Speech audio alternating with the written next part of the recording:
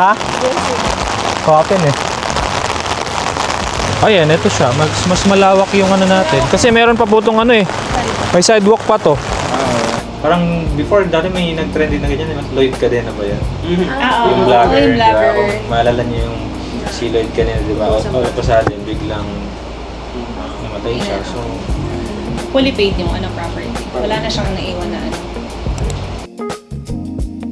bali mag-1 year pa lang and then, yan na lang yung natira natin. Ano? Okay, tapos, getting ready na tayo for the phase 2. Ito yung phase 2. Medyo mataas na nga lang din. Oo. Kung makikita nyo dito, for commercial ito. Itong harap.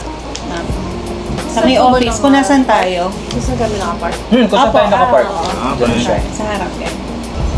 Yan. Yan na very aesthetic. So, Parang yayaman yun ng mga kapit pa rin.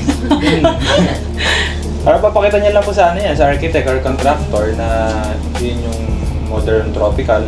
Hindi naman required po na exactly na ganito. Kumbaga, yun lang yung pagbabasehan ng design niya. Dapat hindi siya lalayo po sa modern tropical na theme. And then, sa dito restriction po natin, dapat meron 2 meters setback sa ano, sa side, and then sa back. Ayan. Tapos sa front naman, yung sa ano kasi, usually 3 meters. Eh. So yun. Hindi ko yung dikit-dikit. Hindi po talaga magkakadikit-dikit. Naka-fence.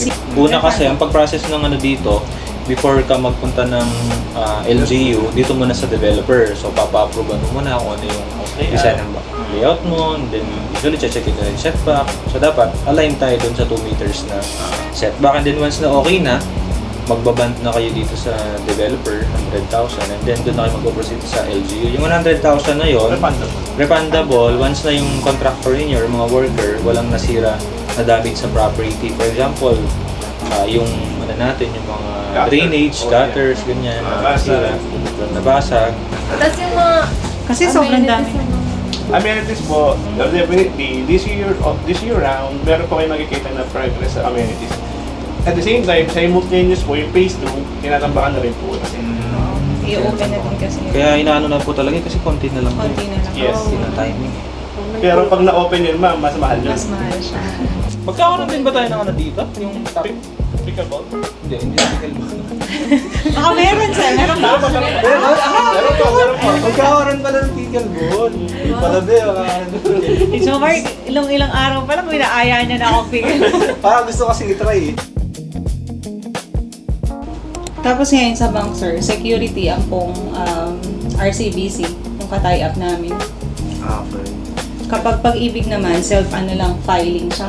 Kayo mismo, yung magpa-process. At like po, pag ka-tie up na ng developer, kami na mismo yung magpa-process. Tsaka yung mga documents po, hindi tayo mahihirapan. To update po, prevailing interest rate is 7.25 at 7.5. Yung shop now po yun, pero since ano kasi yan, no, for example, mag-DDP kayo, basta kung ano po yung interest Prevailing rate by the time na malo-loan release siya, yun yung susundan natin. Yes.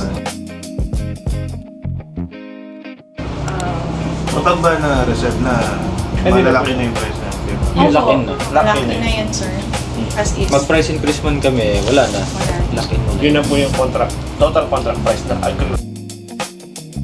Pag maglo-loan ka, parang sa sasakyan, di ba pag sasakyan, meron tayong chattel mortgage na binabayaran.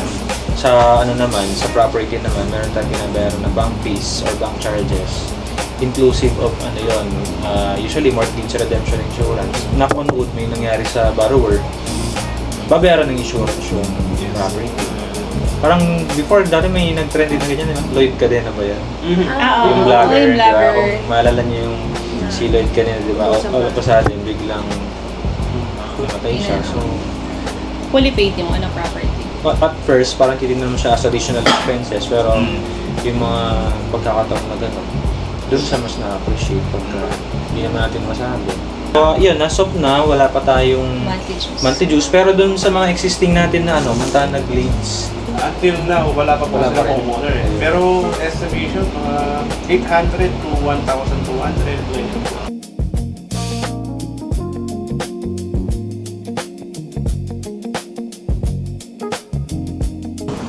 Ayan po, napaka-realistic ng ating scale model. Pati yung elevation, no? Even yung elevation, yung highest level, papunta rito sa creek. So definitely may ano po talaga elevation. So perfect ano po yung for our drainage system para agad mag-flow dito sa creek.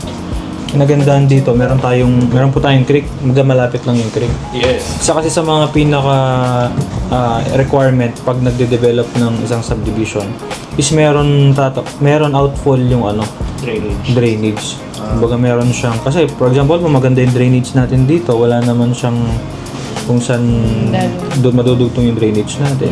Babaha yung subdivision. Pero kinasure po na itong location na to, ang tagal ko na dito sa San Fernando, never po itong binaha. Tingnan natin yung lote, sir.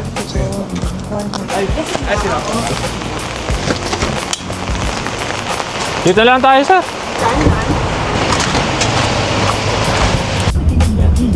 12 by 10, no? Yes, sir. 12 by 10, mas mataas yung frontage. Second to the corner siya. Ayan mismo.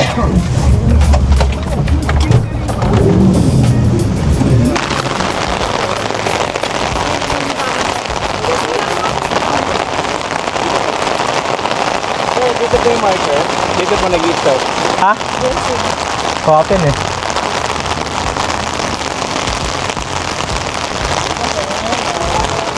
Ito, may markings pala eh. Tama yung ano mo, ayan.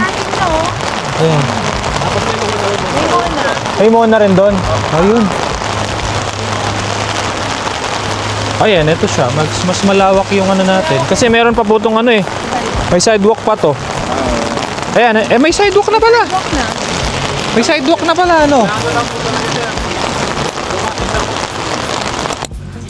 Magkano po sa reservation? 20,000. Yun po, mababawas naman po sa akin. So, down payment. So yun. So monthly mo, 12,704. Paano yung payment po nito na pwede sila? May post date na po. Post data din, sir. Tapos monthly Meron naman kami sila. kumukuha na. Okay. It's your time to own a piece of the city. Go. Oh, sir. Go na sila. So yes, sir. I-ready ko lang po yung reservation agreement. Proceed po tayo sa Sears Gallery. Ilan po yung i-reserve nyo? Isa, dalawa, tatlo?